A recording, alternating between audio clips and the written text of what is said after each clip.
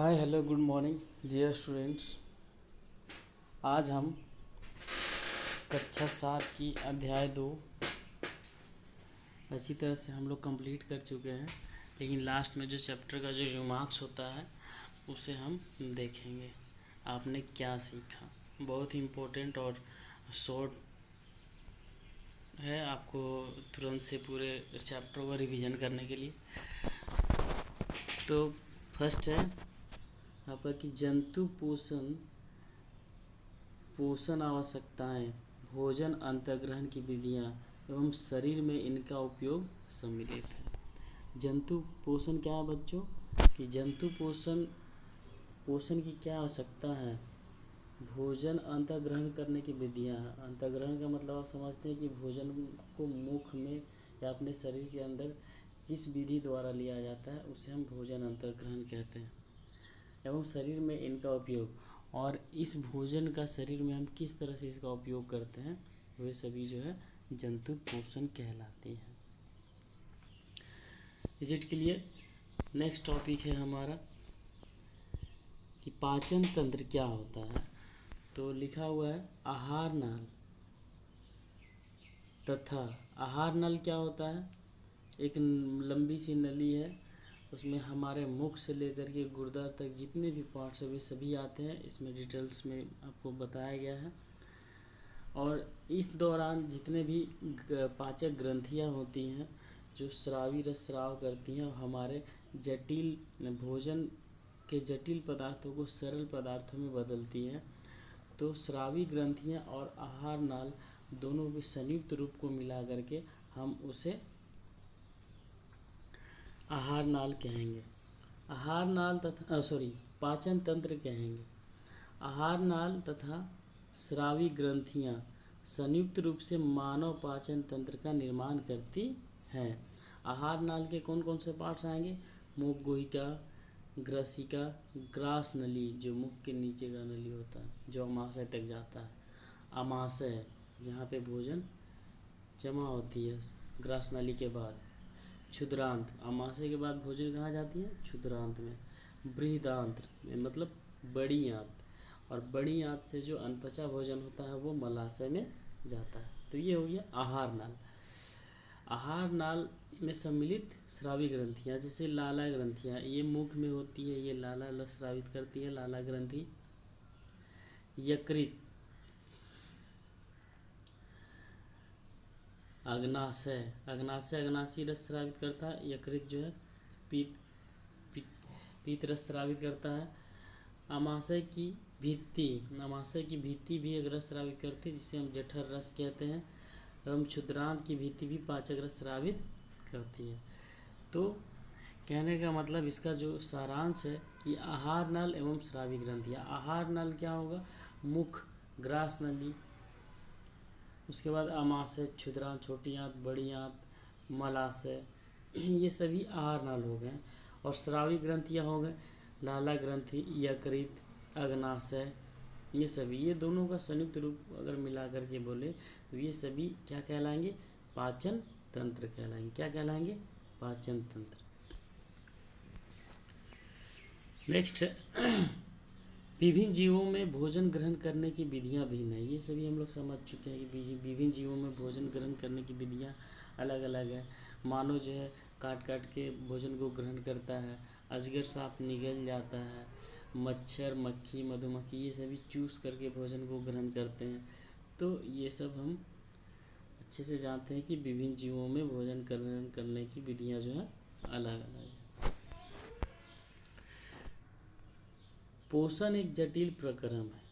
पोषण जो है एक जटिल प्रक्रम है जिसमें क्या क्या? अंतर्ग्रहण यानी कि भोजन को अपने अंदर लेना, पाचन यानी कि भोजन में जितने भी जटिल पदार्थ हैं उसे हमारे शरीर में उस रूप में हम शरीर में यूज नहीं कर सकते हैं, उसे हमारे शरीर में उपयोग करने के पहले भोजन के जटिल पदार्थों को सरल पदार्थों में बदलना होता है, तो उसे हम पाचन कहते हैं। पाचन क्या होता है?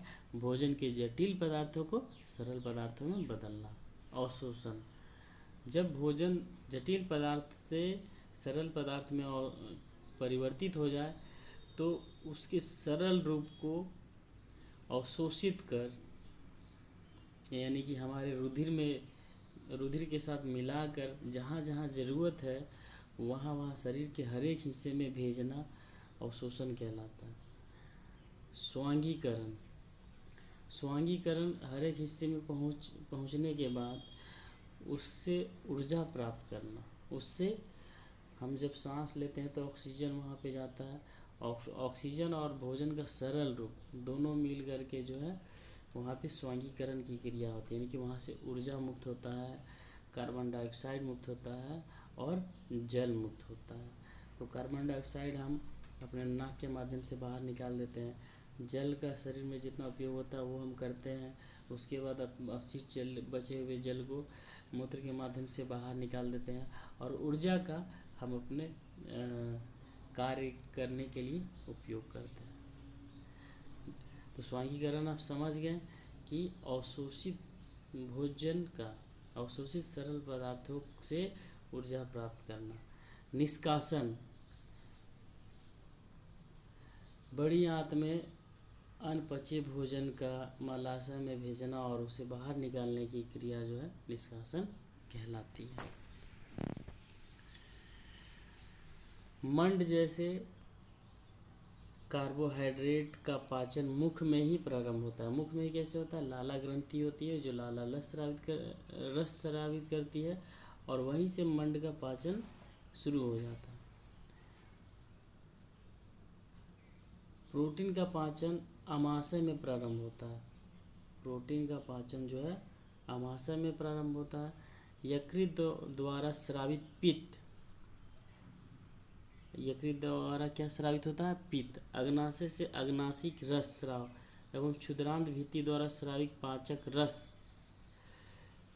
की क्रिया से भोजन के सभी घटकों का पाचन क्षुद्रांत में पूरा हो जाता है।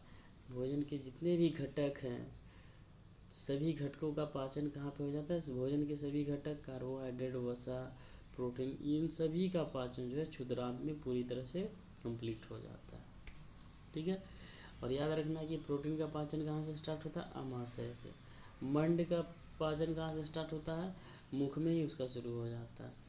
लेकिन इस तरह से सभी हमारे भोजन के जितने भी घटक है सभी का पाचन जो है क्षुद्रांत में, दैट मीन्स छोटी आंत में पूरा हो जाता है।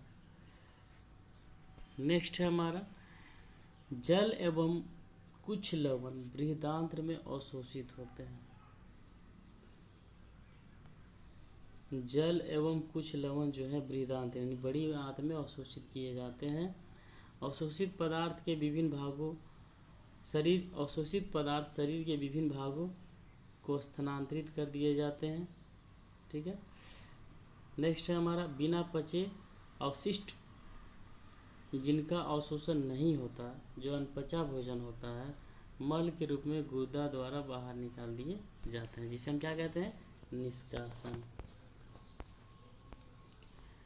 नेक्स्ट है हमारा गाय, भैंस एवं हिरन जैसे घास खाने वाले जंतु क्या कहलाते हैं? रोमंथी। इंग्लिश में उसे रूमिनेंट कहते हैं। इसे मैं अच्छे से समझा चुका हूँ, लेकिन सारांश है ये, सभी चैप्टर का निचोड़ है, तो इसमें भी हम चर्चा किए देते हैं कि वे पतियों का अंतःग्रहण जो है तीव्रता से कर लेते हैं और उसे एक जगह स्टोर कर लेते हैं, भंडारण कर लेते हैं, जिसे हम रूमेन कहते हैं। और उसके बाद जब वो आराम करने बैठते हैं तो क्या करते हैं कि रूमेन में भंडारित भोजन को वो पुनः मुख में लाते हैं और उसे फिर से चबाते हैं, जिसे हम क्या कहते हैं?